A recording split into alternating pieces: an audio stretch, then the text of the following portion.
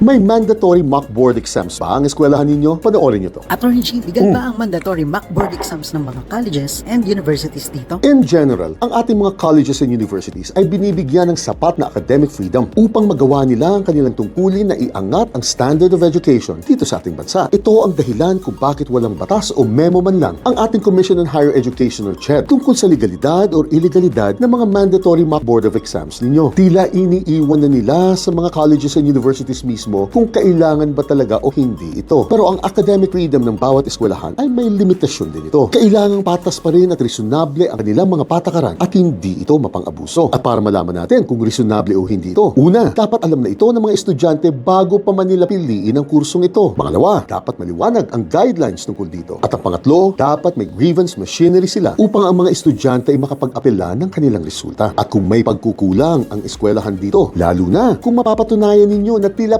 pinagkakaperahan lang nila ito, pwede kayong dumulog sa CHED o kaya sa korte mismo para magreklamo. Naiintindihan ko ang pananaw ng mga ibang estudyante at magulang tungkol sa isyong ito, lalo na kung may kakulangan sa budget ang pamilya ninyo. Ngunit dapat pa rin nating unawain ang layunin ng patakarang ito. Dahil kung gagawin ito ng tama, malaking tulong ang mga mandatory mock board of exams sa inyo. At kung ayaw nyo talaga nito, ang payo ko ay sa simula pa lang, pumili na kayo ng eskwelahan o kurso na wala nito. Gina!